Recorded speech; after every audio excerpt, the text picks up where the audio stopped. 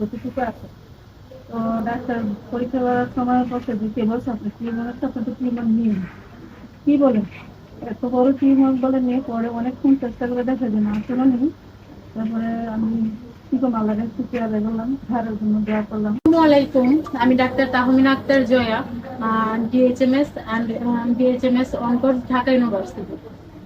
আমি আজকে আপনাদের একটা পেশেন্টের রিভিউ দিব, যিনি কিনা আমাদের গণস্বাস্থ্য হোমিও হল যেখানকার স্পেশাল ডক্টর, বিশ্বনন্দিত, আমাদের এশীয় উপমহাদেশের ক্যান্সার চিকিৎসায় সর্বোচ্চ যার সাকসেস, সেই sir S M Sarwar Rahman স্যারের চিকিৎসায় যিনি মাত্র 3 মাসের মাথায় ইউট্রাস টিউমার থেকে মুক্ত হয়েছেন এবং তার মাধ্যমে আরো অসংখ্য পেশেন্ট আসতেছে, যিনি কিনা মাত্র 3 মাস। দেখেন, আমরা যারা এলোপ্যাথিতে ট্রিটমেন্ট করাই তারা দেখা যায় 3 মাস, 4 মাস, 6 মাস ট্রিটমেন্ট করাই, তারপরে হচ্ছে আবার কি করতে হয়, সার্জারি করতে হয়, লাস্টে দেখা যায় সেই জরায়ুটা কেটে ফেলে দেয়, একটা অঙ্গহানি হয়ে যায় একজন মহিলা, সেটাকে তাকে প্রতিবন্ধী হিসেবেই বলা হয়। তো সেই জায়গায় মাত্র 3 মাসের ট্রিটমেন্টে, আমাদের এস এম সরোয়ার স্যারের মাত্র 3 মাসের ট্রিটমেন্টে উনি পরিপূর্ণ সুস্থ হয়েছেন এবং উনি আশাবাদী যে এখানে যতজন পেশেন্ট আসবে তারা সবাই সুস্থ হবে।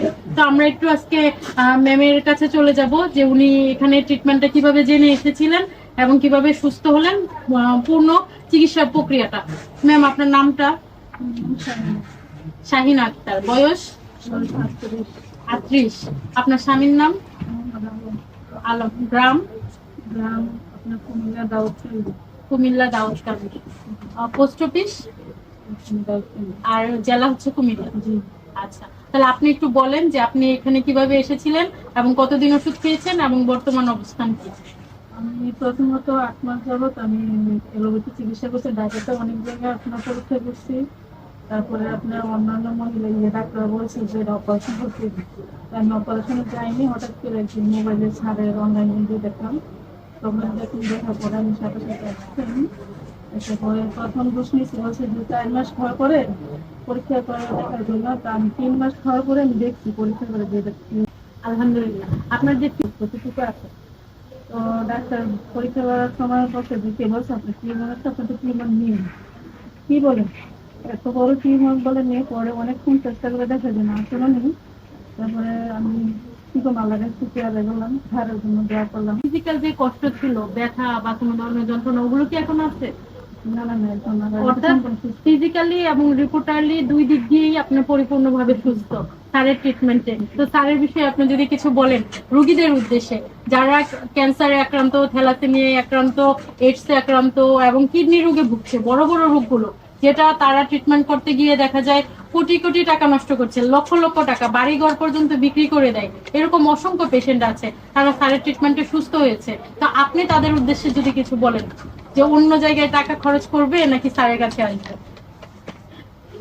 আমি যতটুকু সম্ভব, মানে আমি ঠিক হয়েছি সেই জন্য আমি আমার আত্মীয় স্বজন বা আমার যে প্রতিবেশী আছে যে তাদের সবার সাথে আমি আলোচনা করার পরে সবাই এমন আরো 4-5টা রুগী আসছেন আমার পরে। তারপরে আরো অলরেডি 2-3টা রুগী আসার কথা ছিল, ওরা ঈদের পরে আসবে বলছে, কারণ এখন তো ঝামেলা না রাস্তাঘাটে, সেই জন্য। কিন্তু আপনার আমি আল্লাহর কাছে দোয়া করি যাতে স্যারের যাতে আল্লাহ ছিল সবাই সুস্থ দান করো, সবাই আমি বলতেছি।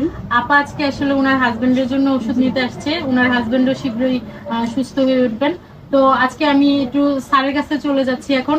স্যার, আমাদের S M Sarwar sir cancer গবেষক, যিনি হচ্ছেন সাকসেসফুলতার সাথে এখন পর্যন্ত প্রায় 5,500 পেশেন্টের রিভিউ কেস আছে আমাদের ইউটিউবে, গুগলে, তারপরে হচ্ছে ফেসবুকে। তো স্যারের কাছে আমি রোগীদের উদ্দেশ্যে কিছু বলার জন্য অনুরোধ জানাচ্ছি। প্রথমে ধন্যবাদ জানাই, ডাক্তার সাহেব অত্যন্ত সুন্দরভাবে উপস্থাপনা করেছেন ম্যাডামের দেশ থেকে। আমরা বলবো যে ক্যান্সার, কিডনি, থ্যালাসেমিয়া, এইডস, এই 4টি রোগকে এখন মরণ ভীতি বলা হয় এবং চিকিৎসা তো কয়েক লক্ষ টাকা মাসে প্রয়োজন হয়। আর এছাড়াও টিউমার বা অস্ট্রোপাইড গ্যাস, এই সমস্যাগুলি হলে অপারেশন করতে হয়, অপারেশন করার পরও আবার হয়ে যায়। কিন্তু উনি যে ওষুধের দ্বারা কমছে এবং ডাক্তার বিশ্বাস করতেছেন যে আগের রিপোর্ট আর এই রিপোর্ট ওনার রিপোর্ট না, এই যে অবিশ্বাসজনক ভাবে ভালো হয়, এটা স্থায়ী ভাবে ভালো হয়ে যায়। কাটলে আমরা স্বাভাবিক যে কোনো গাছ, আপনি একটা কচুরেও যদি কাটেন এটা আবার বেড়ে যায়। গাছের আম গাছে যদি কাটেন, দেখবেন যে ডালটা আপনি কাটছেন সেটা 3 দিকে ডাল দিয়ে বেরোবে। আপনি যে কোনো গাছ একদিকে কাটলে হয়তো একদিকে আবার বাড়বে, অথবা আর 3 দিকে বাড়বে। এতে কাটা কোনো সমাধান নয়। কেন এই রোগটা হলো সেটাকে স্থায়ীভাবে সমাধান করা হলো মূল বিষয়। তো আমরা হোমিওপ্যাথিকে বলে থাকি সিমিলিয়া সিমিলিবাস কিউরেন্টার, সাদৃশ্যে ব্যাধি মুক্ত। Homeo treatment is the treatment of patient, not the patient but the disease, not the disease but the symptom. Homeo চিকিৎসা যদি ফর দ্য পেইন মেডিসিনকে ফর দ্য পেইন আপনার রোগীর সাথে অ্যাডজাস্ট করা যায়, তাহলে যত বড় রোগী হোক ভালো হয়ে যায়। আমরা একসময় বলছি যক্কা হলে রক্ষা নেই, একসময় বলছি টাইফয়েড হলে কোনো না কোনো অঙ্গ চলে যাবে, একসময় আমরা বলছি বসন্ত হলে সমস্ত শরীর পচে যাবে। এবং আপনারা জানেন আমাদের একজন নবীকেও বসন্ত রোগের জন্য পাহাড়ে নেওয়া হয়েছে। তো এমনি ভাবে আপনার ডায়রিয়া হলে গ্রামের পর গ্রাম মানুষ মারা যেত। আজ কিন্তু সেটা কোনো রোগ নয়।